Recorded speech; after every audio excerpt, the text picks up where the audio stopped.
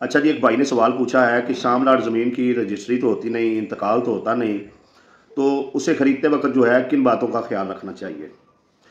देखिए, बात ये है कि अगर जगह शामलाट है तो सबसे पहले जो लोग उस मकान में रह रहे हैं या वो प्लॉट है जिनका उन पर कब्ज़ा है या वो दुकान है जो जो उधर लोग बैठे हुए हैं, सबसे पहले आपने ये चेक करना है कि ये यहाँ पर कोई किराएदार तो नहीं है।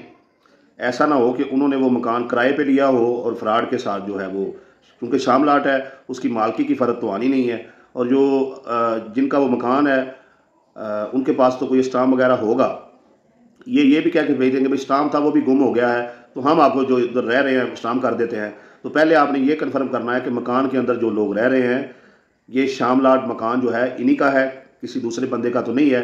ये यहाँ पर किराएदार तो नहीं है, इन्होंने ये मकान गिरवी तो नहीं लिया हुआ, इनके किसी रिश्तेदार ने गरीब समझकर तरस खाकर इनको वैसे अल्लाह की रज़ा के लिए रहने के लिए तो नहीं दिया हुआ।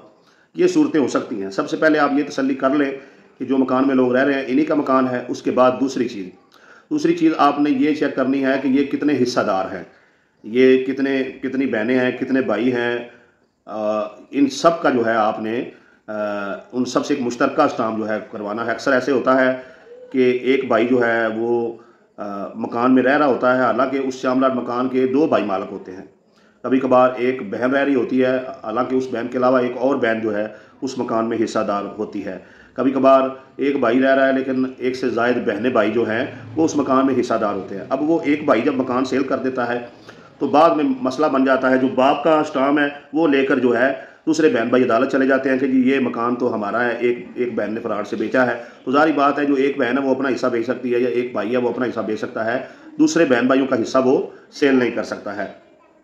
तो आपने ये चीज़ चेक करनी है कि ये कितने बहन भाई हैं। दूसरी चीज़, तीसरी चीज़ आपने शामलाट मकान ख़रीदते वक्त ये चेक करना है कि इसका जो बिजली का कनेक्शन है, पानी का कनेक्शन है, गैस का कनेक्शन है, वो किसके नाम पर है। ठीक है जी, यानी हो सकता है कि वो ये सारी चीज़ें उनके बाप के नाम पर हों, मुतवफ़ी के नाम पर। तो बेहतर है कि आप उनसे कहें कि भाई ये आपकी ज़िम्मेदारी है कि आप इनको जो है हमारे नाम पर ट्रांसफ़र करवा के देंगे, ख़र्चा हम करेंगे लेकिन आपने करवा के देना है। क्योंकि जब एक से ज़ायद मालिक होंगे एक ही जगह के, तो उन सब की रजामंदी जो है वो ज़रूरी है कनेक्शन को जो है वो तब्दील करने के लिए। अच्छा, इसमें आपने ये भी ख्याल करना है कि आप इसमें भी पैसे जो है वो बाज़रिया चेक दें, और जो स्टाम्प आप उनसे लिखवाएंगे उसका चेक नंबरी जो है उस स्टाम्प में आपने लिख देना है, जो आप 1200 रुपये वाला स्टाम्प करवा रहे हैं। इसमें आपने ये भी करना है उनके पास जो जद्दी पुराने स्टाम्प जितने भी हैं, अगर उन्होंने वो हुकूमत की तरफ से उन्होंने कोई पैसे दे के वो जगह ली हुई है या किसी जद्दी मालिक से ख़रीदी हुई है, कोई पुराना स्टाम्प है उनके पास वो भी लें। जो उनके पास जो वरासत की तकसीम का स्टाम्प है वो भी लें, और एक नया स्टाम्प भी लें। यानी उस मकान का या उस दुकान का जितना रिकॉर्ड है सारा बैक वो आपने ले लेना है, अपने कब्ज़े में ले लेना है। उनसे एक स्टाम्प में ये भी लिखवा लेना है कि इसका कोई जो है इस मकान का मालकी का कोई भी जो रिकॉर्ड है वो उन्होंने अपने पास नहीं रखा, जो था वो दे दिया था, और इसमें वो किसी किस्म की जो है वो बेईमानी से काम नहीं ले रहे। अगर वो कोई फ़राड जालसाजी करेंगे तो ये जो ख़रीदार है ये उनके ख़िलाफ़ कानूनी चाराजोई जो है वो करने का इख्तियार जो है वो रखता है। अच्छा, आप इसमें ये भी करें कि एक भाई का ही मकान है, चले मान लिया एक भाई का मकान है, ठीक है जी, तो अब ये रजिस्ट्री वाला तो है नहीं, स्टाम्प वाला है, तो आप इसमें ये करें कि दूसरे बहन भाइयों को बतौर गवाह इसमें डाल लें। यानी कि वो हो सकता है वो ये कहें जी हमने अपने भाई से पैसे लेने थे तो उन्होंने बानी कलामी कह दिया था कि भाई आपको मैं इसके बदले ये मकान दूंगा, तो इशू तो बन जाएगा ना। ठीक है ना जी। या भाई ने जो है ये मतलब है कि ये वसीयत की थी फौत होने से पहले कि ये मकान मैं फ़लाने को देता हूँ, लेकिन कब्ज़ा जो है वो फ़लाने भाई का था। मतलब कोई इशू बनाना है ना, स्टे लेके अदालत चले जाएंगे, मसले मसाइल खड़े हो जाएंगे। तो आप ये सारी चीज़ें जो है इसमें चेक कर लें कि कोई इस किस्म का जो है वो इशू तो नहीं है।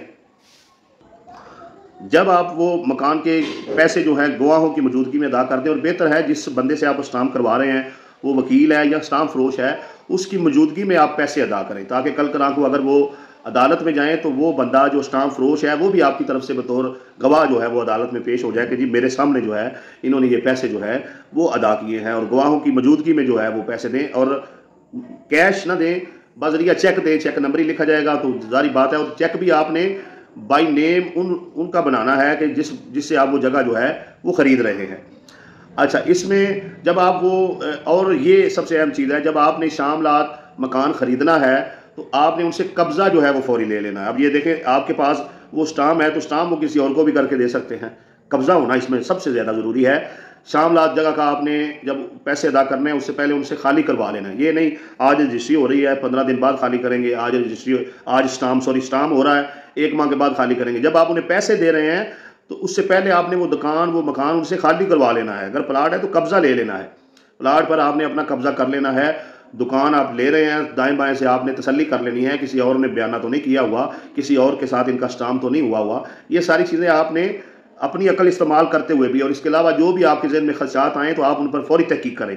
और सारी तहकीकात करने के बाद जो है फिर आपने जब कब्ज़ा भी ले लिया तो फिर आपने उस मकान का स्टाम्प करवा लेना है। स्टाम्प करवाने के बाद उस मकान पर जो बिजली का कनेक्शन है उसे अपने नाम पे ट्रांसफ़र कराएं, पानी का कनेक्शन है अपने नाम पे ट्रांसफ़र कराएं, गैस का कनेक्शन है अपने नाम पे ट्रांसफ़र कराएं। ठीक है जी, सारे कनेक्शन जो है वो आपने अपने नाम पे ट्रांसफ़र करवा लेने हैं। और जब वो स्टाम्प लिखना है तो उसमें एक एक चीज़ें लिख लेनी है। ये 2 कमरे हैं, ये किचन है, ये बाथ है, ये बिजली का कनेक्शन है, पानी का कनेक्शन है, गैस का कनेक्शन है, दरवाजे हैं, खिड़कियाँ हैं, पंखे हैं। ठीक है जी, जो चीज़ें आपको वो दे रहा है मकान में, जो नुमाया चीज़ें हैं उन सब का जो है आपने उसमें जिक्र कर लेना है। और मकान की जो साइड की दीवारें हैं उनका भी आपने जिक्र करना है कि ये मकान की शुमाली साइड वाली दीवार जो है 9 इंच ये मलकियत में दी गई, पिछली साइड वाली दीवार 4 इंच जितनी हो वो दी गई। ठीक है जी, यानी कि जितनी दीवार आपको दी जा रही है, सर 9 इंच दीवार है तो साथ वाला कहता है जी ये 4 इंच आपकी है, 4.5 मेरी है, तो आपने उससे लिखवा लेना, तसल्ली कर लेनी है कि इस मकान की बैक साइड वाली दीवार दाएं वाली बाएं वाली ये आपकी है, और उस मकान की आगे गली कितनी है वो भी लिखवा लेनी है। ये सारी चीज़ें आपने तसल्ली कर लेनी है, और ताकि बाद में दाएं बाएं मकान वाला दीवारों का कोई जो है वो झगड़ा ना डाले। तो ये बुनियादी चंद चीज़ें थी, इनका आप ख्याल रखें। इंशाअल्लाह ताला शामलात जगह जो है आप ख़रीदें, इसमें कोई इशू नहीं है। बस इसकी रजिस्ट्री इंतकाल नहीं हो सकता कानूनी तौर पर, लेकिन आप इसको पंजाब बैंक से 1200 रुपये वाला स्टाम्प, अब तकरीबन उसकी कीमत 3000 रुपये हो गई है, उसके ज़रिए ये जगह जो है वो आप ख़रीद सकते हैं।